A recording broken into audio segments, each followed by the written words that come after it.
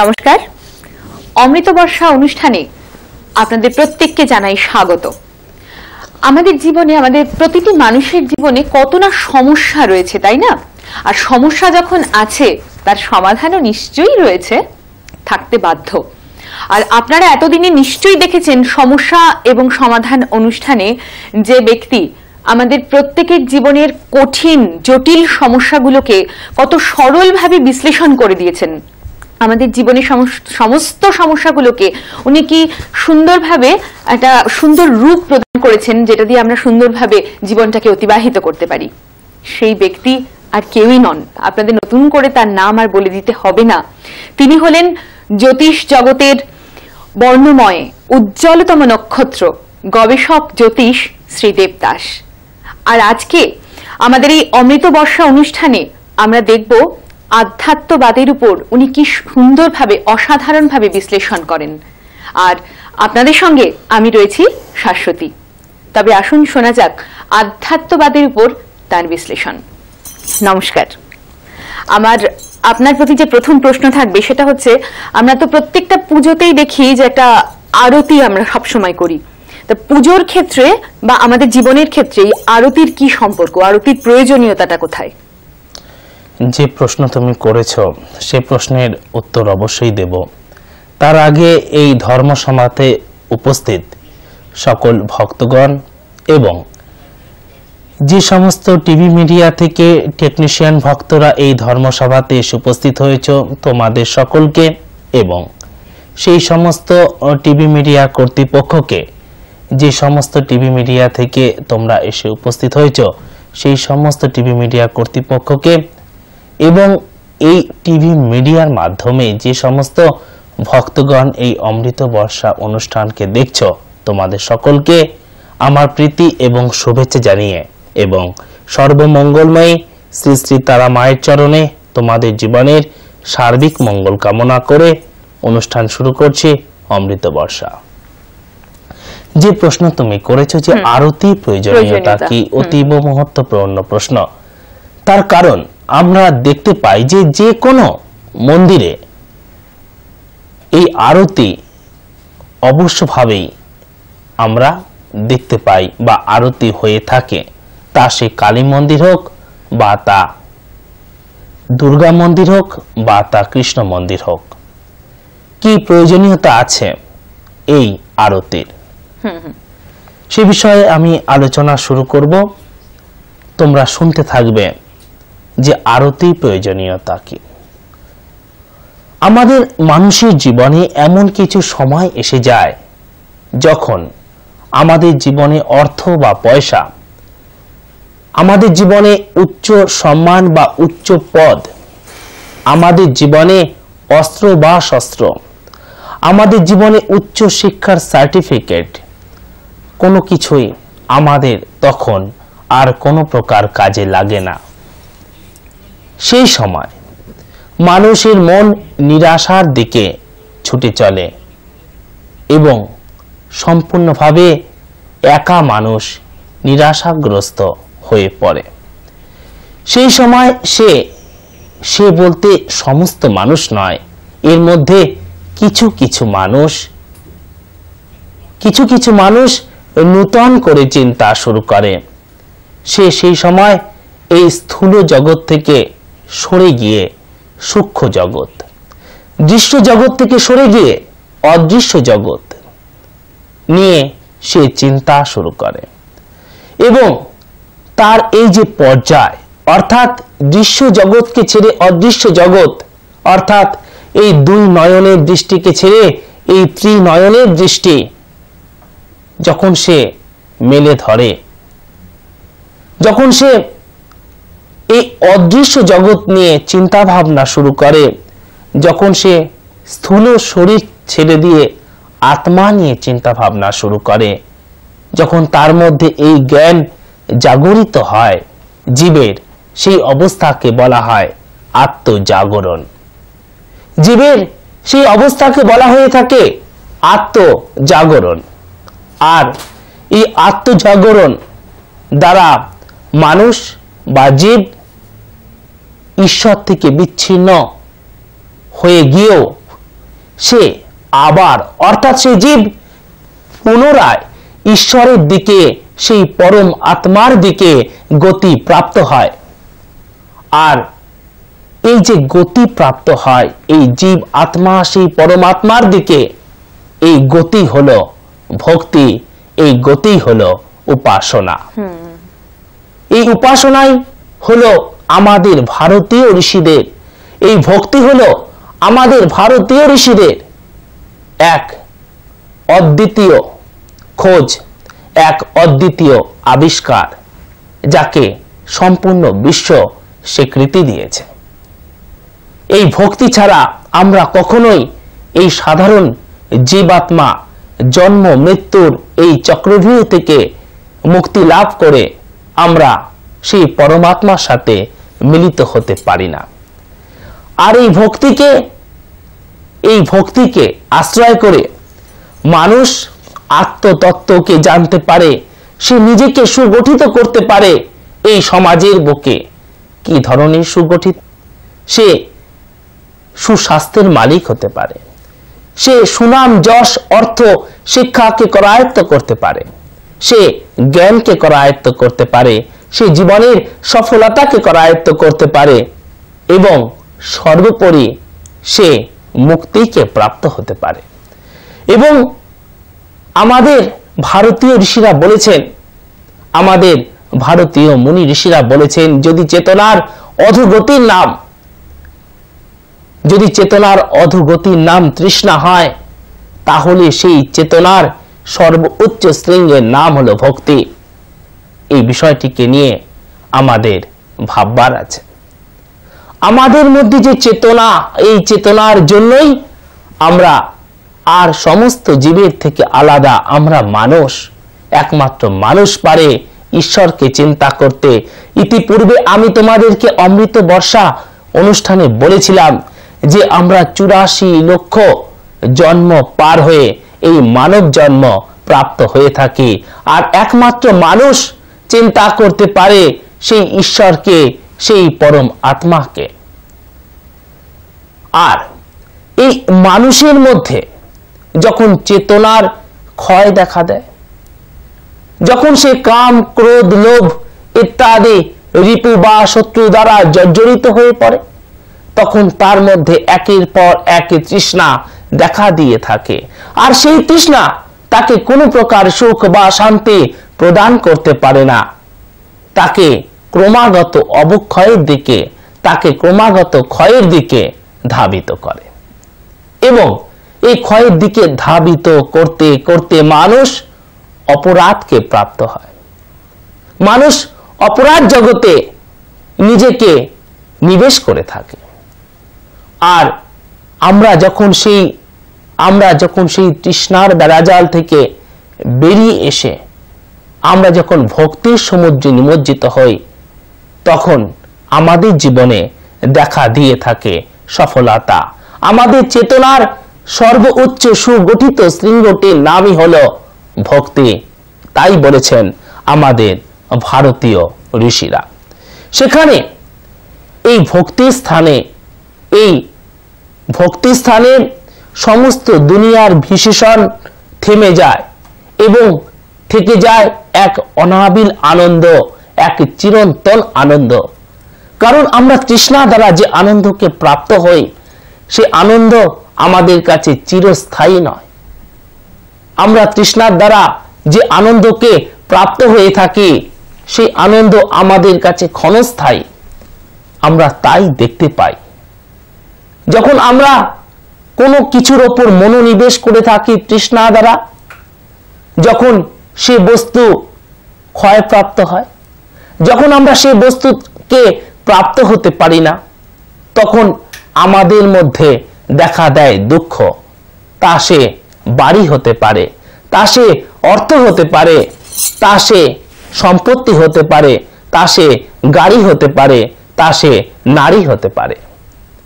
তা আমাদের অবশ্যভাবে দুঃখের সমুদ্রে নিমজ্জিত করে।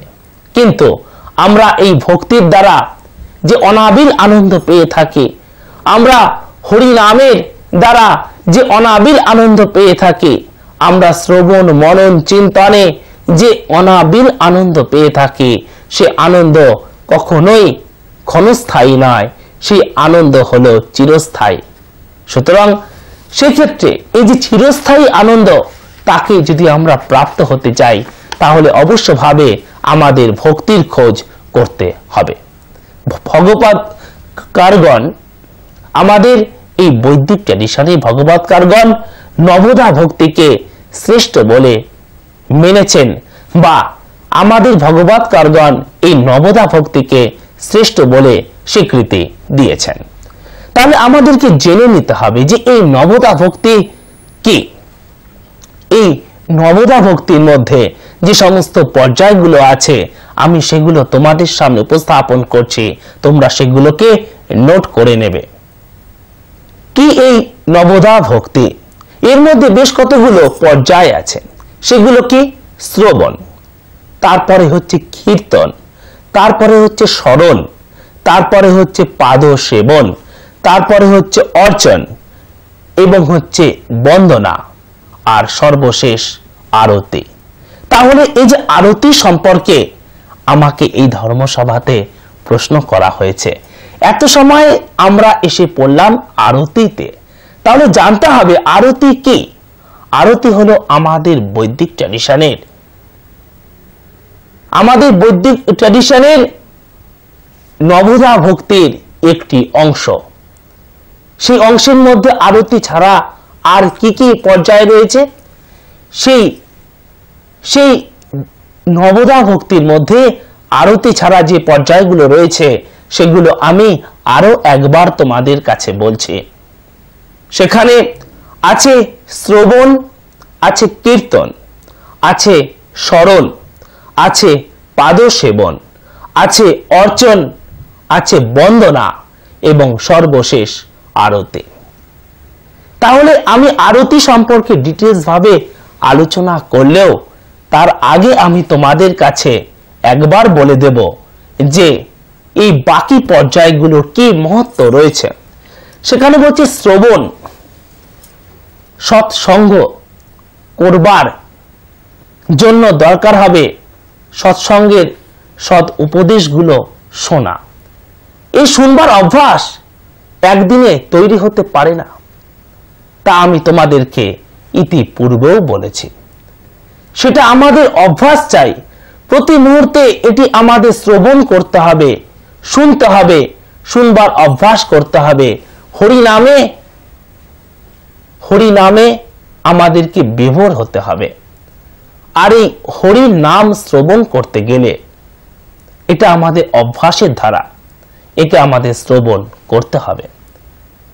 আমরা গীতা বা ভগবত যা কিছুই আত্মস্থ করতে চাই, সবার আগে দরকার শ্রবণ ক্ষমতা, তাকে আমাদের শ্রবণ করতে হবে। এরপরে শ্রবণের পরেই যে বিষয়টিকে বলা হয়েছে সেটি হলো কীর্তন। তুমি শুনলে, এবার তোমাকেও এই নাম বিলি করতে হবে, তোমাকেও এই অমৃত কথা বিলি করতে হবে।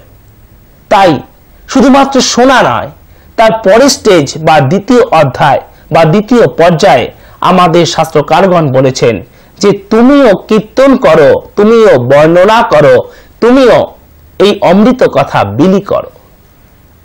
তারপরে যে পর্যায় তাকে বলছে স্মরণ। আমরা কি করি?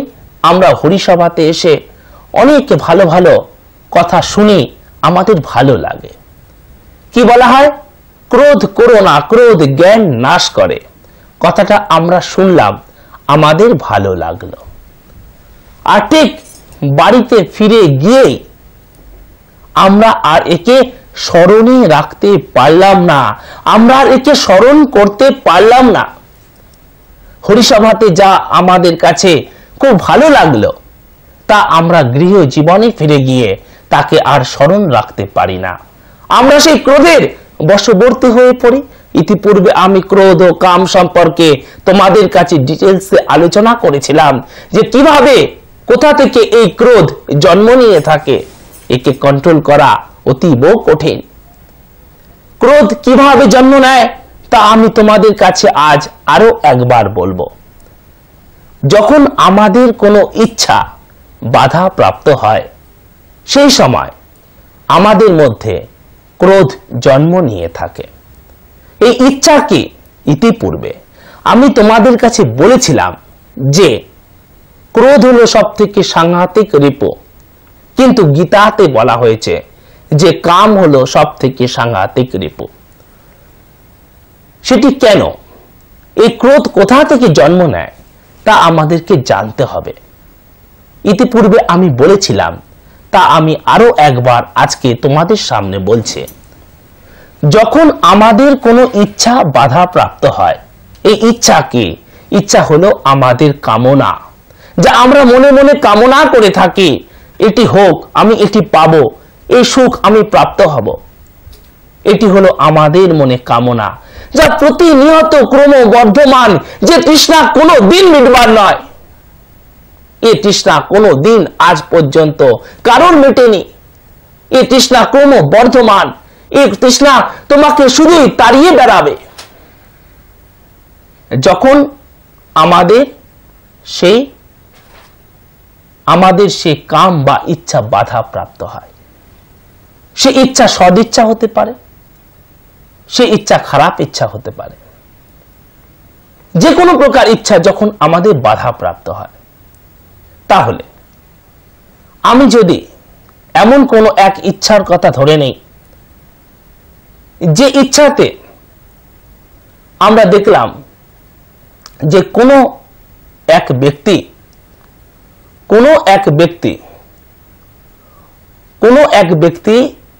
অন্য কোনো ব্যক্তির থেকে শক্তির দ্বারা বা বলপূর্বক সে অর্থ ছিনিয়ে নিতে চাইছে।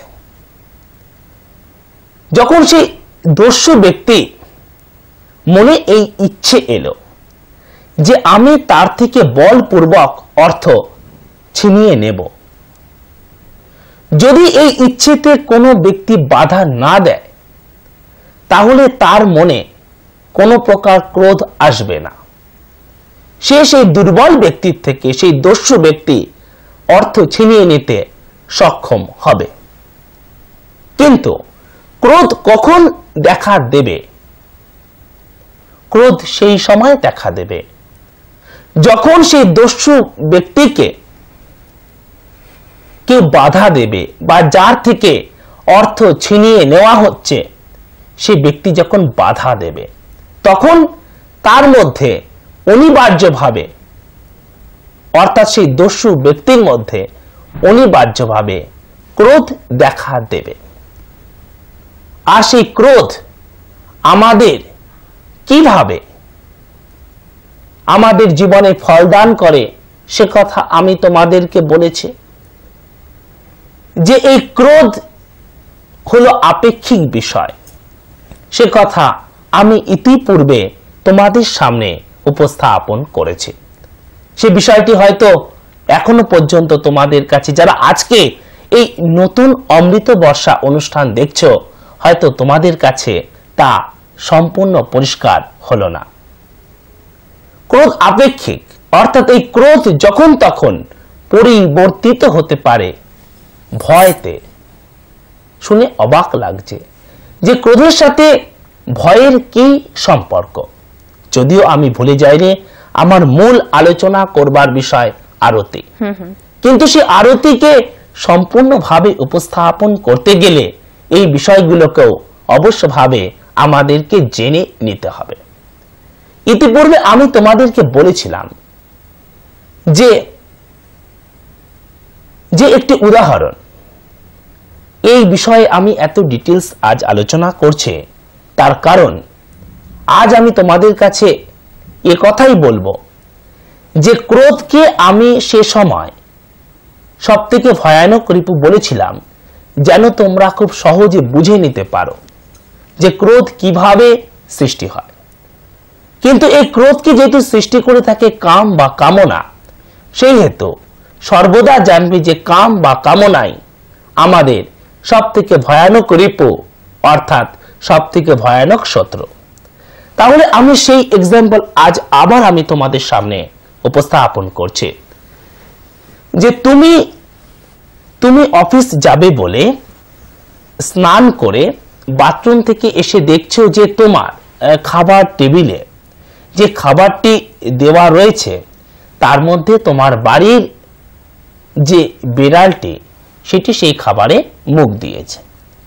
যেহেতু তোমার অফিসে বেরোতে দেরি হয়ে যাবে, সেহেতু তোমার সেই বিড়ালটির উপর খুব রাগ হবে এবং তুমি সেই বিড়ালটিকে মারতে যাবে বা তুমি সেই বিড়ালটিকে তাড়িয়ে দেবে। এটি আমাদের জীবনে ঘটে থাকে। এখন আমরা এই বিষয়টিকে যদি অ্যানালাইসিস করি যে কেন তোমার বিড়ালটির ওপর রাগ হলো, কারণ তোমার যেটা ইচ্ছা ছিল, তোমার ইচ্ছা কি ছিল? তোমার ইচ্ছা ছিল যে তুমি সময় মতো খাবার খেয়ে অফিসে যাবে। তোমার সেই ইচ্ছাতে বাধা কে দিল? বিড়ালটি তোমার ইচ্ছাতে বাধা দিল। সে তোমাকে সময় মতো অফিস যেতে দিল না, কারণ সে তোমার প্রয়োজনীয় খাবারটিকে নষ্ট করে দিয়েছে। তাহলে তোমার ইচ্ছেতে বাধা দিল বলে সেই বিড়ালটির উপর তোমার রাগ হলো এবং তুমি সেই বিড়ালটিকে মারতে গেলে। আচ্ছা, যদি ঘটনাটা এরকম ঘটতো যে তুমি বাথরুম থেকে এসে তোমার খাবার টেবিলে দেখলে যে একটি ভয়ানক বাঘ তোমার খাবারে মুখ দিয়েছে, তাহলে ঘটনাটা কি ঘটতো? তুমি কি সেই বাঘটিকে মারতে যেতে? না, তুমি সেই বাঘটিকে দেখে তুমি পালিয়ে যেতে। তাহলে ঘটনা তো একই ঘটেছে, যে তোমার ইচ্ছেতে বাধা দিয়েছে একবার বিড়াল আর একবার বাঘ। বিড়ালকে দেখে তুমি মারতে যাচ্ছ আর বাঘকে দেখে তুমি পালিয়ে যাচ্ছ। এরকম দুরকম পরিণতি কেন দেখা দিচ্ছে? তার কারণ বিড়াল তোমার থেকে কম শক্তিশালী আর বাঘ তোমার থেকে বেশি শক্তিশালী।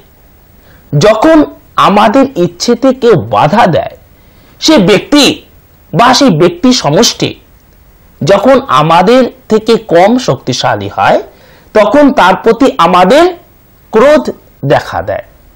আমরা নিজেকে খুব রাগী ব্যক্তি হিসেবে তার সামনে প্রতিপন্ন করি। আর যখন আমাদের সেই প্রতিপক্ষ আমাদের থেকে অধিক শক্তিশালী হয়ে যায়, তখন সেই সময় আমরা ভীত হয়ে যাই, আমরা ভয় পেয়ে যাই। তাহলে আমরা কি দেখলাম? আমরা দেখলাম যে ভয় এবং ক্রোধ আমাদের একই জায়গা থেকে সৃষ্টি হচ্ছে। এবং আমরা আর কি দেখলাম? যে ক্রোধ আমাদের কামনা থেকে সৃষ্টি হচ্ছে। কারণ যখন আমাদের এই কামনা থেকে বাধা দেয়, তখন আমাদের মধ্যে দেখা দিয়ে থাকে ক্রোধ। তাহলে ক্রোধকে এখানে কিন্তু কোনোভাবেই দোষারোপ করে লাভ নেই। তার আগে আমাদের ক্রোধ উৎপন্নকারক, ক্রোধের জন্মদাতা কামকে আমাদের দোষারোপ করতে হবে এবং তাকে কন্ট্রোল করতে হবে। তাহলে এই নবদা ভক্তিতে যেটা বলেছেন যে স্মরণ কেন? এই যে ক্রোধ, যা আমাদের জ্ঞানকে নাশ করে থাকে, যখন আমাদের মধ্যে ক্রোধ দেখা দেয়, তখন সেই ক্রোধ আমাদের পঞ্চ ইন্দ্রিয়কে আশ্রয় করে। অর্থাৎ চক্ষু, কর্ণ, নাসিকা, জিহ্বা, ত্বক, এই পাঁচটার যে ইন্দ্রিয়, তা তখন আর আমার কন্ট্রোলে থাকে না, তা তখন আর এই তোমার কন্ট্রোলে থাকে না। তা তখন কার কন্ট্রোলে থাকে? তা তখন এই ক্রোধের কন্ট্রোলে থাকে। সেটা কিভাবে?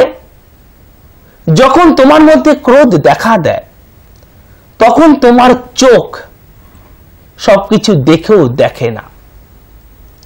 তুমি ক্রোধের বশে তোমার সমস্ত প্রকার কর্তব্য জ্ঞান শূন্য হয়ে তুমি কোনো কিছুকে ছুড়ে তুমি অপরকে আঘাত করো। তুমি তখন ক্রোধের বশে আত্ম অভিমানে তোমার জীবনকে ওই চলন্ত ট্রেনের মুখে বিপন্ন করো। তখন তোমার চোখ দেখেও দেখছে না যে এই ভারী বস্তুকে যদি আমি অপরের উপর তুলে আঘাত করি, সে কতটা আঘাত প্রাপ্ত হবে। তখন তোমার চোখ দেখেও দেখছে না যে ওই চলন্ত ট্রেনের মুখে যদি আমি আমার এই শরীরকে পতিত করি, তাহলে আমি আমার কর্তব্য কর্ম থেকে বিচ্যুত হব। আর ভগবান শ্রীকৃষ্ণ বলেছেন যে কর্তব্য সব থেকে বড় ধর্ম।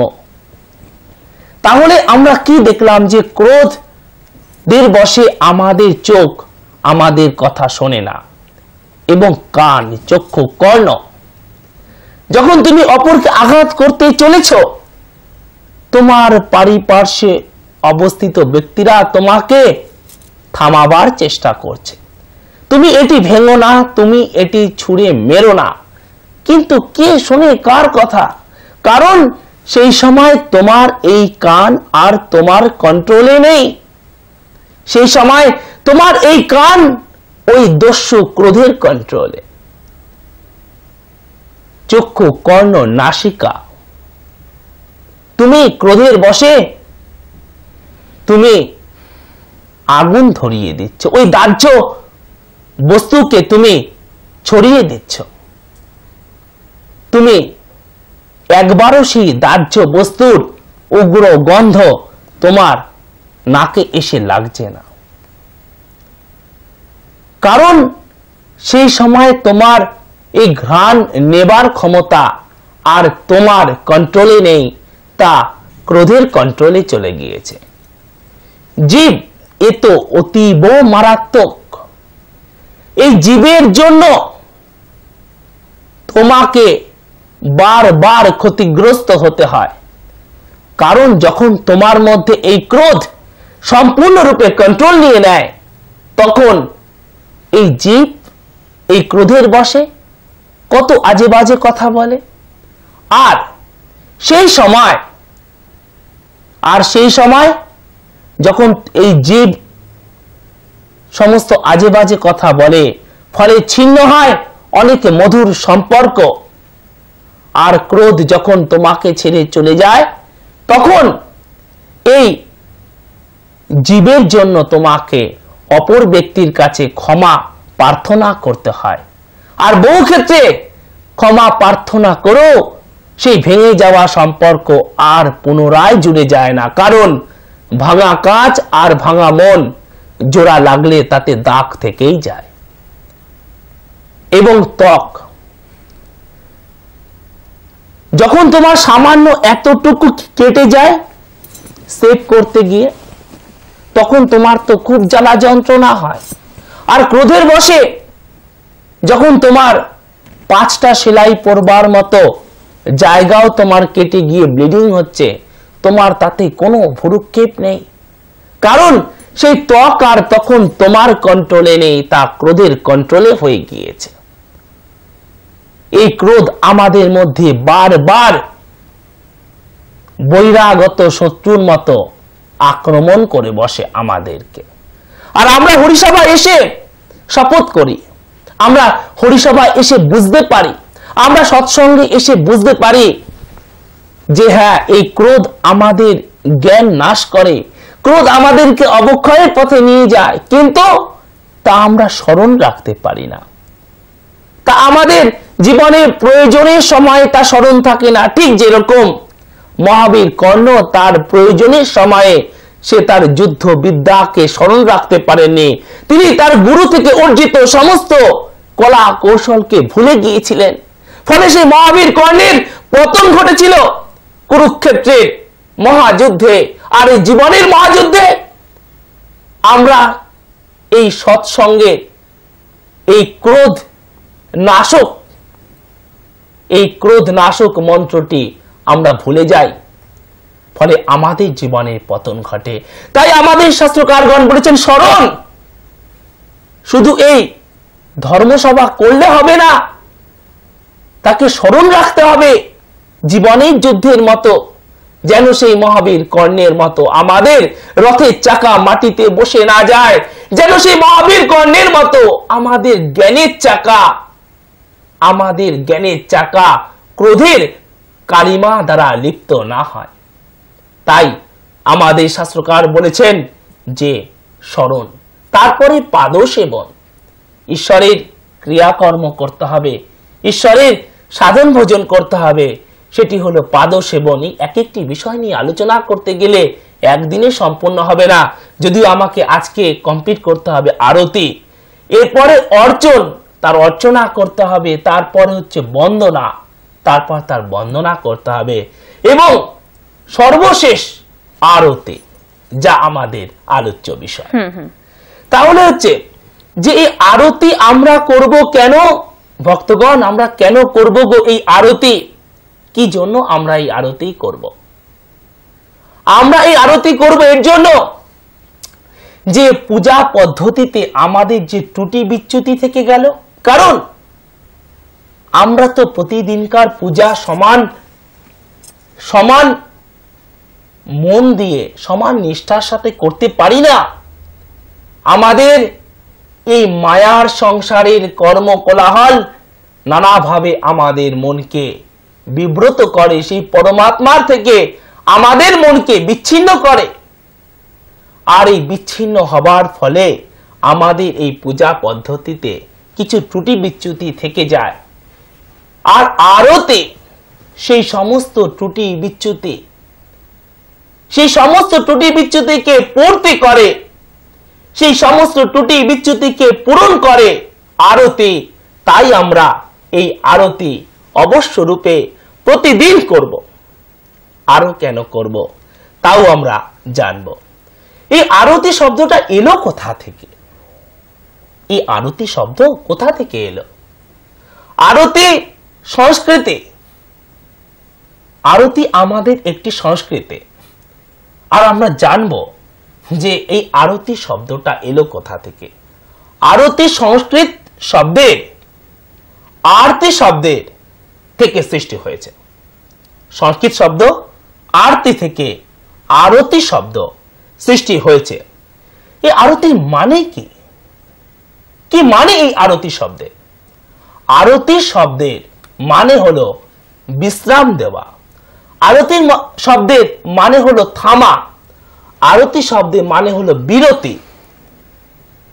তাহলে এই যে পর্যায়গুলো, এই সমস্ত পর্যায়গুলো কি কি পর্যায়? শ্রবণ, কীর্তন, স্মরণ, পাদসেবন, অর্চন এবং বন্দনার পরে থেমে আমরা একটু থামবো। থেমে দেখবো যে আমরা যে শ্রী শ্রী মহাপ্রভুর, আমরা যে শ্রী শ্রী কৃষ্ণের, আমরা যে কালী মাতার এই যে পূজা করলাম, এতে কি ত্রুটি বিচ্যুতি থেকে গেল। ঠিক যেরকম ওই পরীক্ষার হলে আমরা যখন আমাদের পরীক্ষককে লিখিত খাতাটা জমা দিই, তার আগে আমরা একবার কোশ্চেন পেপারের সাথে মিলিয়ে নেই সঠিকভাবে সব লিখলাম তো। আমি যে খাতাটিকে জমা দিচ্ছি সিরিয়াল ওয়াইজ খাতাটিকে পিন করেছি তো।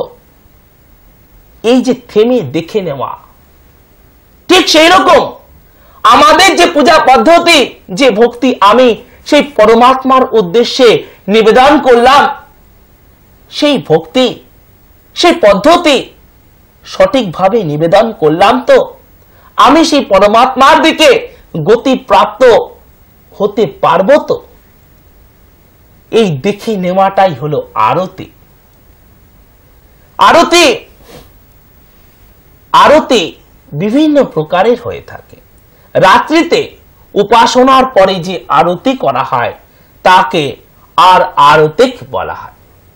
রাত্রিতে উপাসনার পরে যে আরতি করা হয় তাকে আর আরতিক বলা হয়। আরাত্রিক যেটা।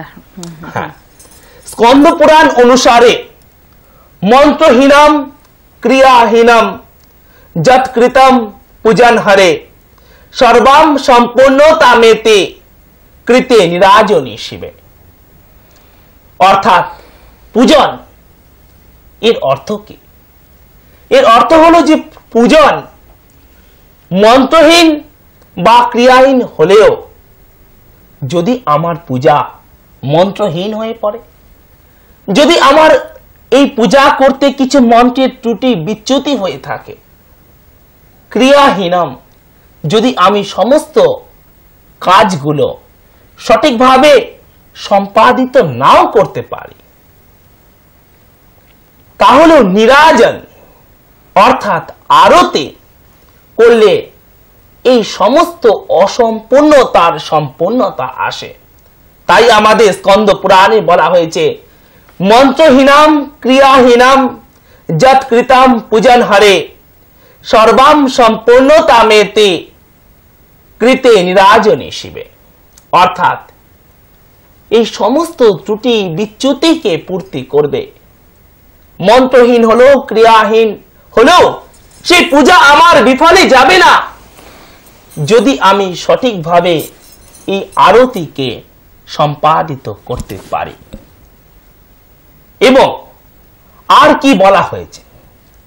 আর বলা হয়েছে হরিভক্তি বিলাসে বলা হয়েছে যে কেবলমাত্র আরতি করা নয়, তুমি যে আরতি করতে পারলেই তুমি যে সম্পূর্ণ প্রকার পূর্ণতা প্রাপ্ত হলে তাই নয়, এই আরতির মহত্ব অতীব ব্যাপক। কি ধরনের ব্যাপক? সেখানে বলা হয়েছে যে যদি কেউ এই আরতি দেখে, যদি আরতি কেউ দর্শন করে, আমরা কি বলি যে তুমি এক কাজ করো, এখন বিশ্রাম নিয়ে তুমি সন্ধেবেলা তুমি মায়ের মন্দিরে চলে এসো, মায়ের আরতি সম্পাদিত হবে। আমরা সব জায়গায় দেখি তো, বেলুর মঠ থেকে শুরু করে দক্ষিণেশ্বর, সেই কামাখ্যা মায়ের মন্দির থেকে শুরু করে তিরুপতির মন্দির, আরতি কোথায় না সম্পাদিত হয়। সেখানে তো পুরোহিত আরতি করছেন জগতের হিত তথা কল্যাণ সাধনের জন্য, আর তোমরা আরতি দেখছো। এখানেও তোমাদের পূর্ণতা, এখানেও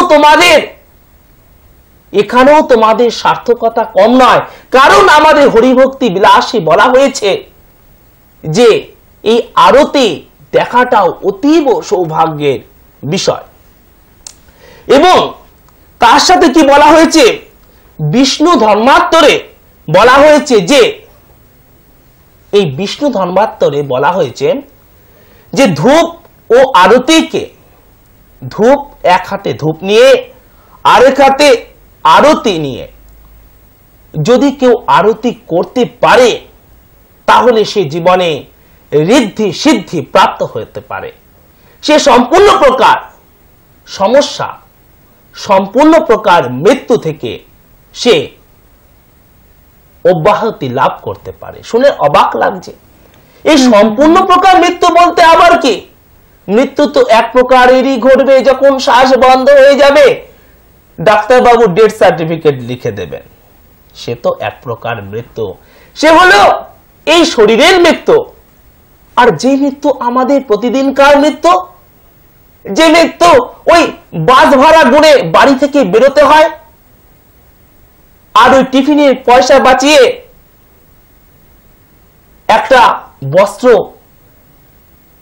একটা বস্ত্র পরিধান করতে হয়, সেটা মৃত্যু, সেটা আর্থিক মৃত্যু। প্রতিদিনকার মৃত্যু, প্রতিদিনের টেনশন, প্রতিদিনের একটা জর্জরিত অবস্থা, এই মৃত্যু। যে মৃত্যু তোমার শরীরে লুকিয়ে আছে দুরারোগ্য ব্যাধির মাধ্যমে, বছরের পর বছর চলছে ট্রিটমেন্ট, কিছুতেই তুমি আর সকলের মতো এই পৃথিবীর বুকে মুখে হাসি নিয়ে সুস্থ শরীরে জীবন যাপন করতে পারছো না। রিপোর্টের পর রিপোর্ট, রিপোর্টের পর রিপোর্ট, রিপোর্টে ভরে গিয়েছে তোমার জীবন। এটা টেস্ট করতে হবে, ওটা টেস্ট করতে হবে, আজকে ভেলোর যেতে হবে, কাল দিল্লি যেতে হবে, কত যাওয়া আসা চলবে, কিন্তু সুস্থতা তো এলো না তোমার জীবনে। এটি হলো মৃত্যু। তুমি খুব নামী ব্যক্তি, কিন্তু তোমাকে মিথ্যে কলঙ্কে কলঙ্কিত করেছে, তোমার সাথে ঈর্ষা করে তোমাকে মিথ্যে মামলায় জর্জরিত করেছে। যে শহর তোমাকে আজ এত সম্মান করত, সেই শহর আজ তোমাকে ঘৃণা করছে। এ তোমার মৃত্যু। এই বিভিন্ন প্রকারের মৃত্যু, এই 7 প্রকারের মৃত্যু আমি ইতিপূর্বে তোমাদের সামনে উপস্থাপন করেছিলাম। তাই আমাদের বিষ্ণু ধর্মোত্তরে বলা হয়েছে যে এই আরতি যদি কেউ করতে পারে, এই আরতি যদি কেউ করতে পারে তাহলে সে এই 7 প্রকারের মৃত্যু থেকে ছুটকারা লাভ করে, সে এই 7 প্রকারের মৃত্যু থেকে মুক্তি লাভ করে। আরো জানবো আমরা আরতি সম্পর্কে, যে কেন প্রত্যেকটি মন্দিরে আরতি হয়ে থাকে। কোন মন্দিরে খই দিয়ে ভোগ হয়, কোন মন্দিরে অন্ন ভোগ, কোন মন্দিরে লুচি ভোগ, তো কোন মন্দিরে ফল ভোগ, কোন মন্দিরে বা আবার কাজু কিশমিশ, কোন মন্দিরে ইলেকট্রিক বাল্ব জ্বলে, কোন মন্দিরে মোমবাতি। সেখানে ইলেকট্রিক বাল্ব নিষিদ্ধ, বাবার আদেশ। কিন্তু আরতি প্রত্যেকটি মন্দিরে কেন কমন? আমরা কালী মন্দিরে বিবাহিত দম্পতিকে হাসি মুখে বিবাহ অনুষ্ঠান সম্পাদন করে ফিরতে দেখেছি। অর্থাৎ কালী মন্দিরে বিবাহ সম্পাদিত হয়, কিন্তু হনুমান মন্দিরে হয় না। কিন্তু অদ্ভুত বিষয় যে আরতি প্রত্যেকটি মন্দিরে সম্পাদিত হয়। তাহলে আরতি করবার নিয়মটা কি, এটা তো একবার জেনে নিতে হবে। এই আরতি আমরা কিভাবে করব? এই আরতি করবার যে নিয়ম, তা হলো যে প্রথমে তুমি যে দেবতার আরতি করছো, সেই দেবতার মূল মন্ত্র তুমি জপ করবে এবং সেই দেবতার মূল মন্ত্র জপ করে তুমি তার মাধ্যমে সেই দেবতার উদ্দেশ্যে 3 বার পুষ্পাঞ্জলি তুমি অর্পিত করবে বা তুমি অর্পণ করবে। এরপরে আরতির যে বিষয় তা অতীব ব্যাপক। তা কি বলছে যে এই পুষ্পাঞ্জলির পরে ঢোল নিদং শঙ্খ ঘড়িয়াল সবই হচ্ছে মহাবাদ্যি। এগুলো ঢোল নিদং শঙ্খ ঘড়িয়াল আদি মহাবাদ্যির সাথে ওই দেবতা জয় জয়াকারের সাথে আরতি করতে হয়। তাহলে আমরা দেখছি যে আরতি করা কোনো ছোটখাটো বিষয় নয়, অতীব সময় এবং অতীব ব্যয় সাপেক্ষ একটি বিষয়। আমাদের জেনে নিতে হবে কিভাবেই বা আমরা সাধারণ মানুষের কাছে, কিভাবেই বা আমরা সাধারণ মানুষ হিসেবে এই আরতি সমস্ত গুণাগুণকে প্রাপ্ত হতে পারবো এবং আমাদের জীবনে 7 প্রকারের মৃত্যুর বেড়াজাল থেকে আমরা ছুটকারা লাভ করতে পারবো, আমরা অব্যাহতি লাভ করতে পারবো। বলছে যে এইবারে এত কিছু বাদ্যের সাথে সেই দেবতার জয় জয়াকারের সাথে আরতি করতে হয়। কিভাবে? বলছে দীপের মাধ্যমে আরতি করতে হয়। কোন দীপ গো? সেটা কোন দীপ? শাস্ত্র বলছে যে ঘি অথবা কর্পূরের, হয় ঘিয়ের দীপ বা প্রদীপ হতে হবে যা ঘি দিয়ে জ্বলবে, অথবা যা কর্পূর দিয়ে জ্বলবে। বলছে ঘি বা কর্পূরের বিষম সংখ্যার বাতি দিয়ে আরতি করতে হয়। বিষম সংখ্যা অর্থাৎ এখানে সংখ্যা হবে 1, 3, 5, 7, 9, 11। অর্থাৎ জোড় সংখ্যা হবে না, 2, 4, 6, 8, 10 হবে না, বিষম সংখ্যা হতে হবে। 1, 3, 5, 7, 9, 11 এইরকম বিষম সংখ্যার বাতি দিয়ে আরতি করতে হবে। তা বলছে যে এই আরতি আমরা সব থেকে বেশি যেটা দেখে থাকি সেটা হচ্ছে 5 সংখ্যার বাতি। আর এই 5 সংখ্যার যে বাতি তাকে কি বলে গো? তাকে পঞ্চপ্রদীপ বলে। এবারে বলছে যে আরতির আর কি বিষয় আছে? আমাদের পদ্ম পুরাণে বলা হয়েছে যে এই আরতি করবার বেশ কিছু উপকরণ দরকার। সেই উপকরণগুলো কি? সেই উপকরণগুলো হলো কুমকুম, সেই উপকরণগুলো হলো অগরু এবং হচ্ছে কর্পূর এবং ঘি এবং হচ্ছে চন্দন। এই অনেকগুলো উপকরণ এখানে দরকার। এর 5 বা 7টি বাতি জ্বালিয়ে এই আরতি করা হয়, যাকে পঞ্চ অঙ্গ বলে। তাহলে আমরা পঞ্চ প্রদীপকে তো জেনে ফেললাম। এবারে এই পঞ্চ অঙ্গ কিভাবে সৃষ্টি হলো? তা হলো যে কুমকুম, অগরু কর্পূর, ঘি এবং চন্দন, এই 5টা উপকরণের মাধ্যমে 5 বা 7টি দীপের বাতি জ্বালিয়ে এই আরতি করা হয়। একে বলা হয় পঞ্চ অঙ্গ। তোমরা নোট করে না। এরপরে এই আরতির কতগুলো পর্যায় আছে, সেই পর্যায়গুলো কি? প্রথমত হলো দীপমালা দিয়ে আরতি করতে হবে। ওই 5 বা 7 দীপের যে হচ্ছে বাতি, তাকে দিয়ে আরতি করতে হবে। তারপরে হচ্ছে যে জলযুক্ত শঙ্খ দিয়ে আরতি করতে হবে। 3 নম্বর হচ্ছে যে ধুলে বস্ত্র দিয়ে আরতি করতে হবে। 4 নম্বর হলো আম বা পিপলের পাতা দিয়ে আরতি করতে হবে। এবং 5 নম্বর হলো যে ষষ্ঠাঙ্গ দণ্ডবর্ত করে আরতি করতে হবে। এই আরতি তুমি কিভাবে করবে? আরতি করবার সময় সর্বপ্রথম, আরতি করবার সময় সবার আগে তুমি 4 বার শ্রী শ্রী প্রভু চরণে এই আরতিকে তুমি ঘোরাবে। এবং হচ্ছে যে শ্রী শ্রী প্রভুর চরণে 4 বার ঘোরানোর পরে তুমি কি করবে? তুমি 2 বার সেই প্রভুর নাভি দেশে এই আরতিকে ঘোরাবে। এবং 1 বার তুমি শ্রী শ্রী প্রভুর মুখমণ্ডলে এই আরতিকে ঘোরাবে। এবং তুমি 7 বার সম্পূর্ণ শরীরে, শ্রী শ্রী প্রভুর সম্পূর্ণ শরীরে তুমি এই আরতিকে ঘোরাবে। তাহলে আমরা জেনে ফেললাম যে আরতি কিভাবে, কতবার, কোথায় ঘোরাতে হবে। এবং নিরাজন শব্দ এই আরতির সমার্থক। এই নিরাজন শব্দ এই আরতির সমার্থক। এই নিরাজন শব্দ হলো বিকে যে বিশেষ রূপে প্রকাশ করা। তুমি তোমার ভক্তিকে শ্রী শ্রী মহাপ্রভুর কাছে বিশেষ রূপে প্রকাশ করছো। নিঃশেষে রাজনাম প্রকাশনম, সেক্ষেত্রে কি বিষয় আছে? যে অনেক ধূপ ও দীপের বাতি জ্বালিয়ে তোমাকে এই আরতি করতে হবে, যাতে সেই ধূপ এবং দীপের আলোতে শ্রী শ্রী প্রভুর সম্পূর্ণ অঙ্গ, সম্পূর্ণ শরীর যেন আলোকিত হয়ে ওঠে। এমন ভাবে সেখানে সমস্ত বাতির ব্যবস্থা রাখতে হবে এবং ভক্তগণ যেন সেই প্রভুর রূপে মুগ্ধ হতে পারে, এত আলোর ছটা যেন সেখানে থাকে। এবং হচ্ছে যে প্রাকৃতিক ভাবে বা প্রাকৃতিক ভাষাতে আরতি মানে অনিষ্ট থেকে বাঁচা উপায়।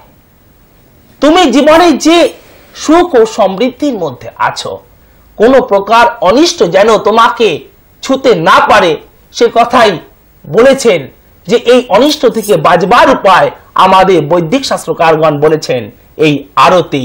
এই আরতি তোমাকে পারে শুধুমাত্র 7 প্রকার মৃত্যু থেকে বাঁচবার উপায় নয়, সমস্ত প্রকার অনিষ্ট থেকে বাঁচবার উপায়ও এই আরতি। মাতা বা বোন সমস্ত মানুষ এই আরতি করতে পারে। এই আরতি করবার অধিকার রয়েছে প্রত্যেকটি মানুষের। এই আরতি আমাদের কোনো গোড়া লোকাচার নয়। এই আরতি আমাদের সংস্কৃতির এক আনমোল রীতি, এক অনবদ্য রীতি। এবং এই আলোকে না কেবল তোমার